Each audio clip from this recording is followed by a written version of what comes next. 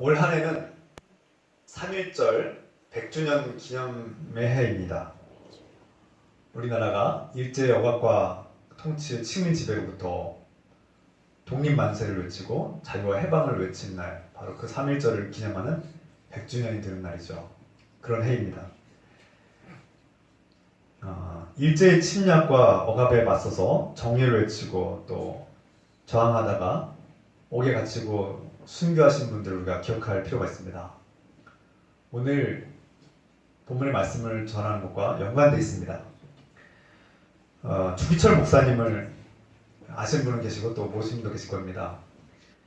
주기철 목사님은 일본 제국이 이 대한민국을 침략하고 식민 지배하는 동안 광물 자원과 우리 소중한 재물, 재산들과 또 문화유산들을 빼앗고 짓밟고 또 심지어 우리 한국인들의 이름도 빼앗고 한글도 빼앗았습니다.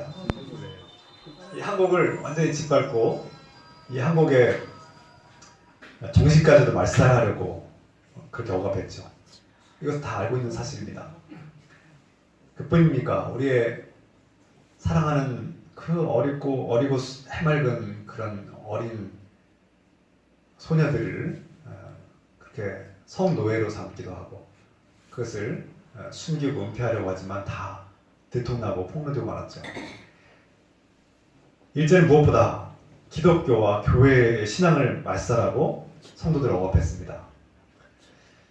그런 암흑의 시대에 주기철 목사님은 부산과 마산 그리고 평양에서 사역을 하셨는데 특히 평양의 산정을 교회에서 담임 목사님으로 심호하고 계실 때 일제의 그 신사참배를 강요당하고 그것을 거부했습니다. 일사각오의 마음, 한번 죽으리라 그런 각오의 마음으로 신앙의 자유를 외치며 일제에 저항했죠. 이로 인해서 옥에 갇혔고 끝까지 일제의 회유에도 불구하고 가진 고문과 협박을 당하시면서도 우리 기독교의 신앙과 자유와 권리를 외치고 끝까지 신사참배를 거부함으로써 결국 죽임당하고 순교하게 되었습니다. 이 주기철 목사님은 일제의 불의에 항거하며 신앙의 자유와 또 정의를 외치다가 순교하셨는데 여러분들이 만약 여러분들이 사랑하고 존경하고 아끼는 그런 주님의 일꾼, 주님의 형제가 정의롭고 선한 일을 하다가 불의한 세력에 잡혀서 옥에 갇히기도 하고 고문당하고 그러다가 비참하게 죽임을 당한다면 여러분들 심정이 어떻겠습니까? 우리가 직접 그런 경험을 하지 않았을지라도 우리가 사랑하고 존경하는 주님의 귀한 거룩한 일꾼들이 그런 고통을 당하면 우리는 가슴이 아프고 좀 통탄하게 될 것입니다. 오늘 본문의 말씀에서도 이러한 일이 펼쳐졌습니다. 우리가 읽은 오늘 본문의 말씀에서 예수님은 세례 요한이 헤롯 왕에게 붙잡혀서 옥에 갇혔다는 소식을 들었습니다. 세례 요한은 어떤 사람입니까? 그는 이스라엘 백성들에게 회개를 선포하고 세례를 베풀므로써 이스라엘 백성들이 하나님께로 나아갈 수 있도록 회개를 촉구한 사람입니다. 또한 권력자 헤롯 왕의 부정부패, 부도덕함을 폭로하고 비판했죠. 마가복음 6장 17절과 18절 말씀 보면 전에 헤롯이 자기가 동생 빌립의 아내 헤로디아에게 장가됨으로 이 여자를 위하여 사람을 보내어 요한을 잡아 옥에 가두었으니 이는 요한이 헤롯에게 말하되 동생 아내를 취한 것이 옳지 않다 하였습니다. 잘못된 것을 잘못된 것이다. 불의한 것을 불의한 것이라고 외쳤을 뿐인데 헤롯 왕은 자신의 치부와 부도덕함을 드러내고 폭로한 그 요한을 잡아 죽였던 것입니다. 또한 세례 요한은 예수님께 세례를 베풀었던 인물입니다. 물론 그가 내가 감히 주의 종인데 주님께 세례를 베푸는 것이 어떻게 합당합니까? 라고 거절했지만 예수님께서 하나님의 큰 뜻을 위하여 세례를 베푼 것이 옳다 하여서 순종하는 마음으로 세례 요한이 예수 그리스도에게 세례를 베풉니다. 그리고 나는 낮아져야겠고 그분은 흥하여야 된다, 높아져야 된다라고 증언함으로써 예수 그리스도가, 예수님이 하나님의 아들이요 메시아임을 증언했던 사람입니다. 이처럼 세례 요한은 하나님의 정의로운 일꾼이요 백성들로부터 사랑받고 존경받는 의로운 선지자였습니다. 그랬던 그가 불의한 헤롯 왕에게 붙잡혀서 죽임을 당하죠. 우리는 하나님의 사람들, 정의롭고 의로운 하나님의 사람들이 이처럼 불의한 권력에 붙잡혀 때로는 옥에 갇히기도 하고 협박을 당하기도 하고 고난을 당하다가 심지어 죽기까지 하는 사례들을 역사 속에서 자주 종종 발견하게 됩니다.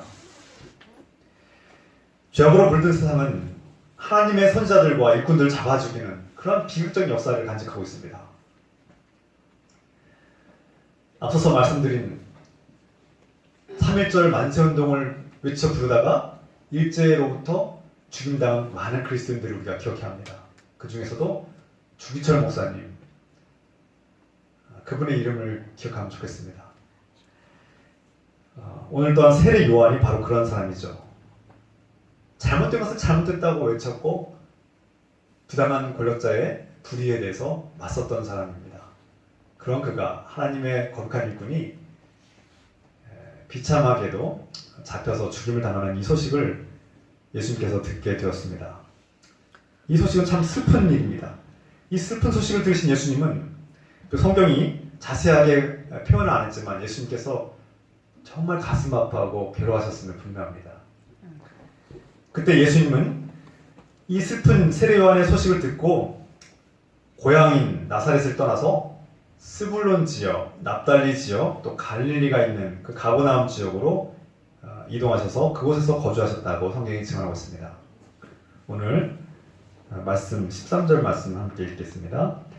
나사렛을 떠나 스불론과 납달리 지역 해변에 있는 가버나움에 가서 사시니. 예수님께서 자신의 고향을 떠나셨고 세례 요한이 잡혀서 이제 죽게 되는 것을 들으시고 이때부터 본격적인 사역을 시작하셨다는 말씀입니다. 마태복음은 이 세례 요한이 비극적으로 슬픈 일을 당한 것을 우리에게 증언함으로써 비록 정의롭고 의로운 선한 하나님의 일꾼이 불의한 세력에 의해서 붙잡혔지만 이 사건을 통해서 하나님의 뜻과 약속의 말씀이 성취되고 있음을 증언하고 있습니다.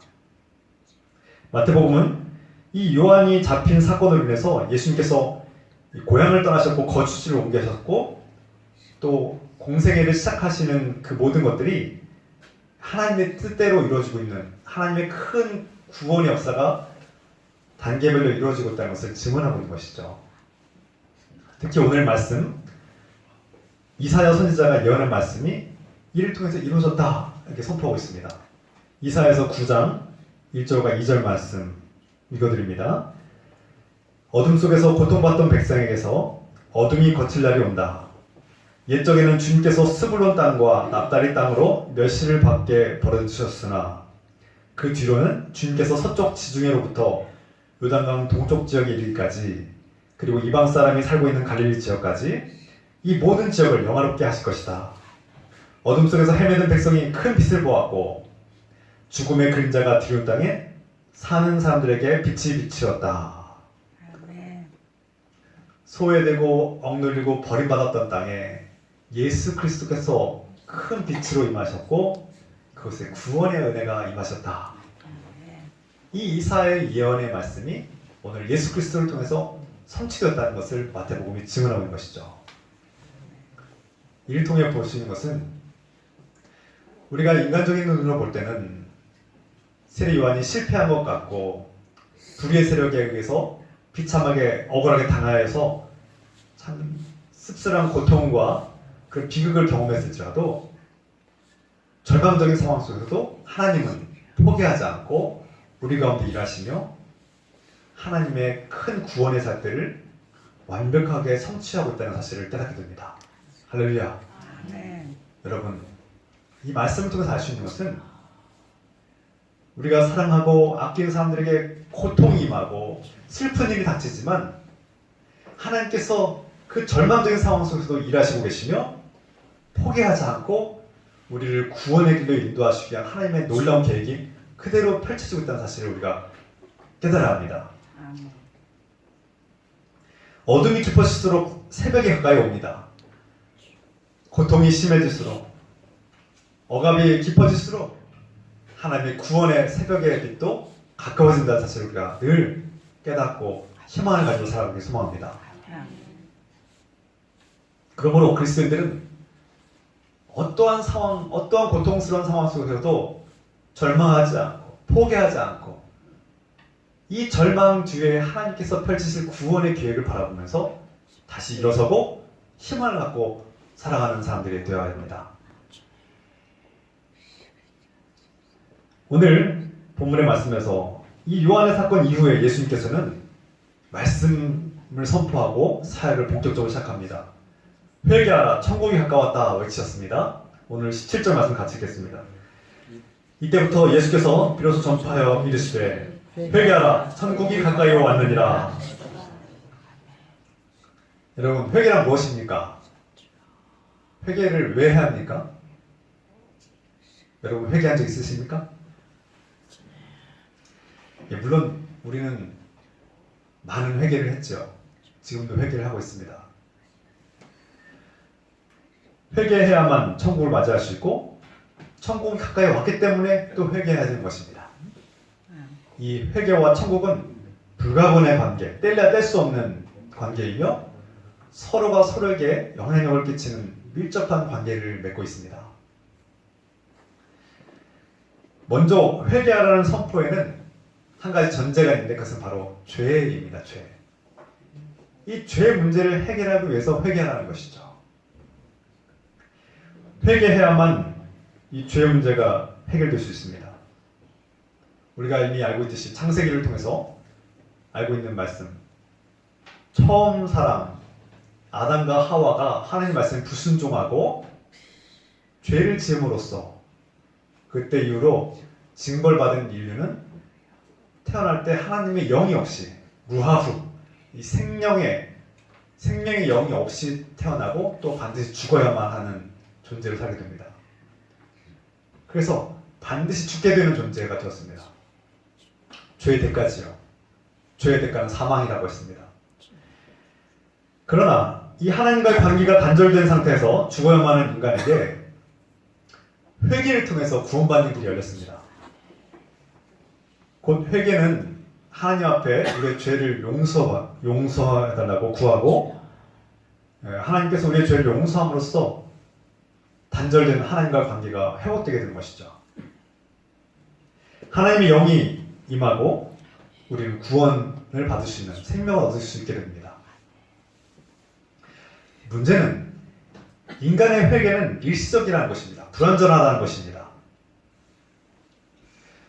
사람은 정확하게 무엇이 죄이고 무엇이 죄가 아닌지 이것을 완벽하게 구분하지 못합니다. 또 자신이 아는 죄가 있는가 하면 자신도 모르게 지은 죄, 그것이 죄였는지도 모르고 자신도 모르는 사이에 지은 죄들이 있다는 겁니다. 그러니까 우리가 회개를 하더라도 아는 죄를 회개하는 경우가 있지만 자신도 모르게 지은 죄, 누군가에게 무관심한 죄, 누군가를 함부로 한 죄, 누군가에게 나도 모르게 상처를 준 죄들, 물론 그 모든 죄를 다 용서받을 수 있지만 우리가 회개하는 것은 한계가 있다는 것입니다. 일시적이고 불완전하죠. 그리고 회개하더라도 또다시 범죄하기 쉽습니다. 며칠 전에 회개했는데 또 유혹을 이기지 못하고 또 다시 죄를 반복하는 경우가 있지 않습니까? 인간의 회개가 얼마나 불완전합니까? 결과적으로 인간은 스스로의 힘으로는 완전한 회개를 할 수 없을 뿐만 아니라 완벽하게 정결해 줄 수 없습니다. 그러나 하나님께서는 이 인간의 죄의 문제를 해결하기 위해서 놀라운 은혜를 베풀어 주셨습니다. 바로 이 땅에 하나님의 아들 예수 그리스도를 보내시고 그를 통해서 그가 우리의 죄를 완벽하게 대신 짊어지심으로써 우리가 이 죄의 문제를 해결받고 생명을 얻게 되었다는 것입니다. 할렐루야. 아멘. 그러므로 예수 그리스도로 말미암아 우리는 완벽한 회개를 할 수 있다는 것입니다. 이것이 온전한 회개입니다. 예수 그리스도를 통해서 죄를 고백하고 용서받고 그분의 능력과 사랑으로 영원한 생명, 변하지 않는 영원한 생명을 얻게 된 것이죠.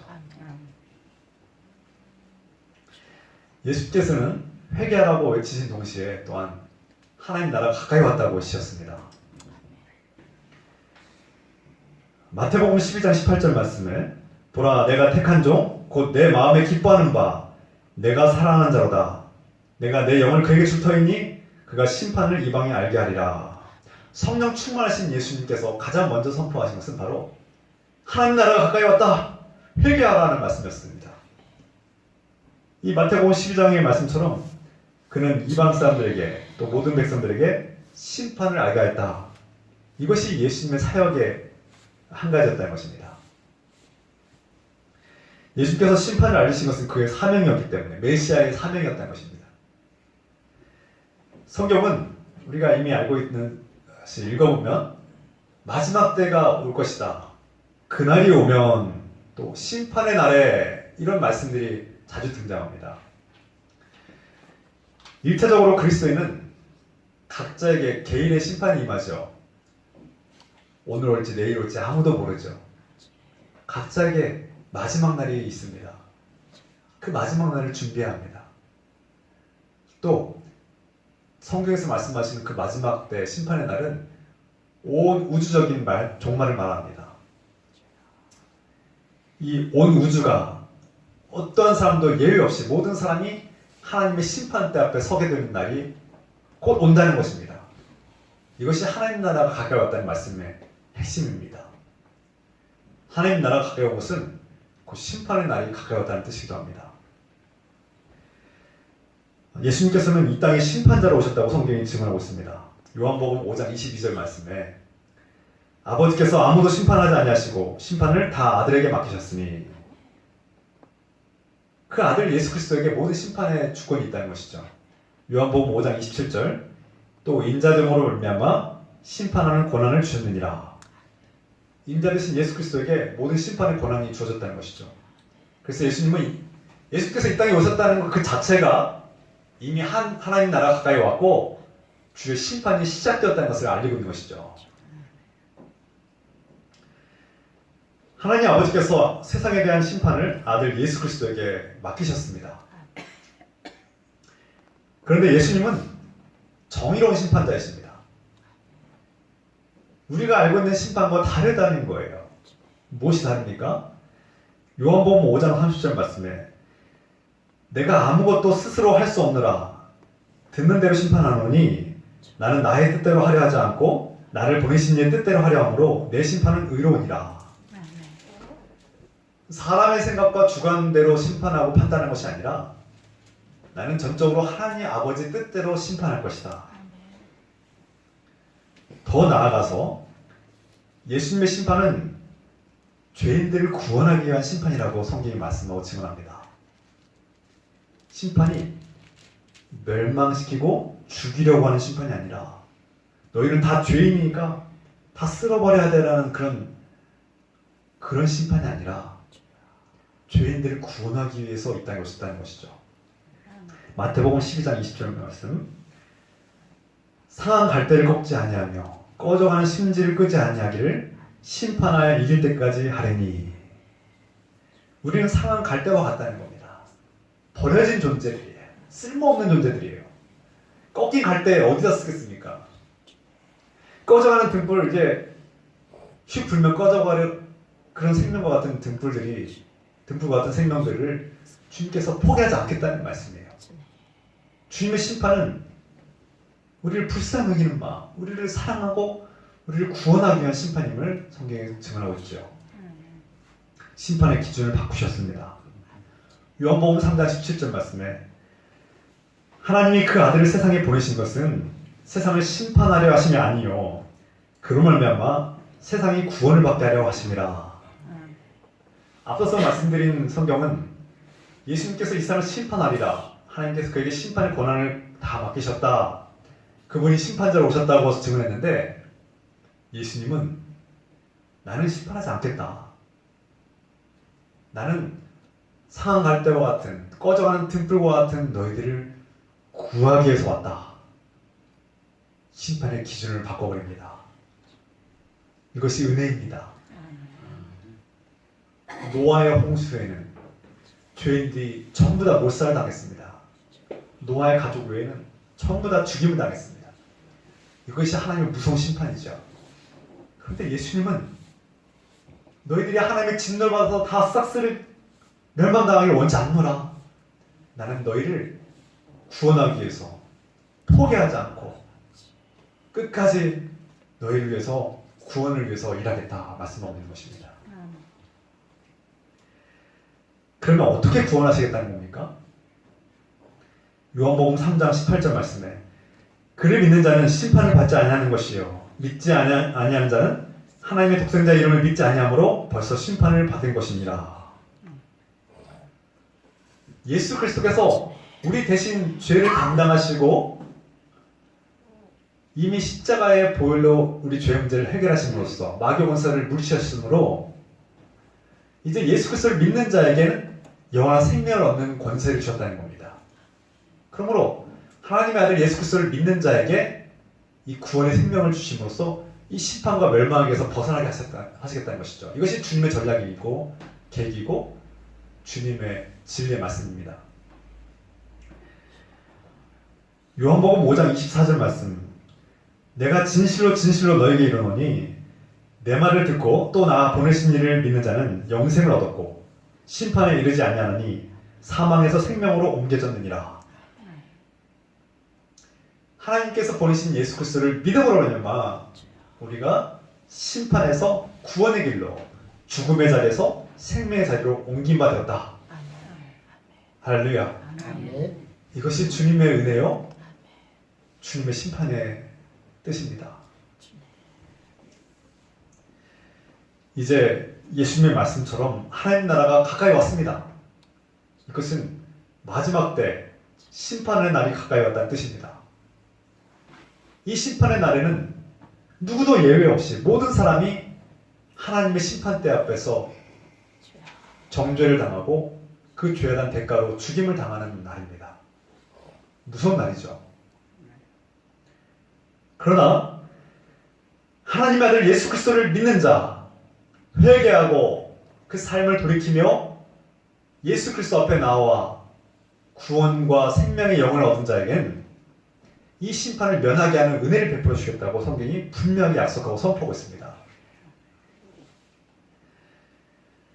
베드로전서 사도행전 2장 38절 말씀에 베드로가 이렇게 말씀합니다. 회개하십시오. 그리고 여러분 각 사람은 예수 그리스도 이름으로 세례를 받고 죄 용서를 받으십시오. 그러면 성령을 선물로 받을 것입니다.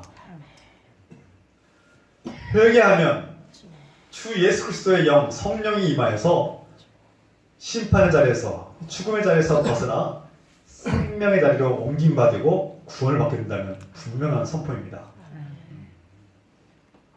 우리가 다음 시간에 또 나오겠지만 회개란 삶의 변화를 일으켜야 되는 것입니다. 그냥 내 머릿속에 나는 예수 그리스도를 믿는다 그리고 입으로 나는 예수 그리스도를 믿는다라고 말하면 끝나는 것이 아니라 다시는 죄를 범하지 않고 늘 주님 앞에 회개하는 마음으로 자신이 죄인이고 죽을 자임을 깨닫고 주님께 믿음으로 나아가서 자기가 긍휼을 구하는 그런 마음을 가진 자가 바로 회개한 자의 마음이고 그런 마음을 가질 때에만 우리는 이 구원의 은총을 얻을 수 있는 것입니다. 오늘 말씀을 우리가 마무리합니다. 우리가 매일같이 생계를 위해서 먹고 살기 위해서 분주하게 살아갑니다. 믿지 않는 자들 속에서 우상을 숭배한 자들과 또 범죄한 자들과 함께 섞여 삽니다.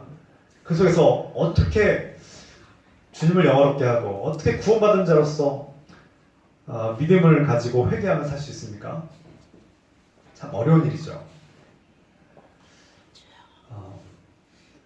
우리가 주의 말씀을 듣고 우리가 분주하고 어려운 일상 속에서도 이 주님의 말씀, 회개의 삶을 살기 위해서 직장에서 동료들을 어떻게 대해야 될지, 내가 직장에서 날마다 마주보고 만나는 사람들을 어떻게 대해야 될지, 그들 속에서 어떻게 회개의 삶을 펼쳐나갈지를 우리가 묵상하고 기도합시다.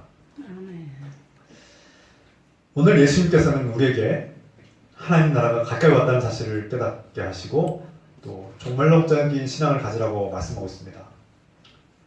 우리 그리스도인들은 하나님 나라가 오늘 임할지 내일 임할지 언제 올지 모른다는 그런 마음과 그 하나님 나라를 준비하는 마음으로 살아갑니다. 그래서 하루하루를 오늘이 끝일 수도 있다는 생각, 내일이 나의 마지막 날일 수도 있다는 그런 각오와 다짐으로 하루하루를 소중히 여기고 늘 감사하면서 최선을 다하며 살아갑니다. 그것이 회개한 자의 마음 아니겠습니까? 그래서 성도들을 대할 때도 다음에 또 만나고 날마다 만나는 사람들인데 하지 말고 오늘 만남을 참 기뻐하고 또 언제 만날지 모르는 우리 성도들을 한 사람 한 사람 귀하게 여기고 크게 여기고 감사한 마음으로 바라보는 것이 바로 회개자의 마음인 것입니다. 하나님 나라를 영접하려면 회개를 통해서 하나님과의 관계를 회복해야 합니다. 우리가 진정한 회개를 하려면 예수 그리스도 안에서 믿음으로 말미암아 예수 그리스도의 길을 따라갈 때에 완전히 회개가 이루어집니다. 그러므로 오늘 예수 그리스도의 걸어가신 그 생명의 길을 따라서 우리가 믿음으로 주님의 길을 따라가는 주님의 거룩한 생명의 복된 자녀들이 되시기를 주 예수 그리스도의 이름으로 축원합니다. 아멘. 기도합시다. 우리 함께 오늘 말씀을 붙들고 이 말씀대로 살게 해주시고 우리가 회개하는 삶을 살게 하시며 하나님 나라를 준비하고 기다리는 그런 종말론적인 신앙을 가지고 하루를 살게 해 주시옵소서. 날마다 감사하고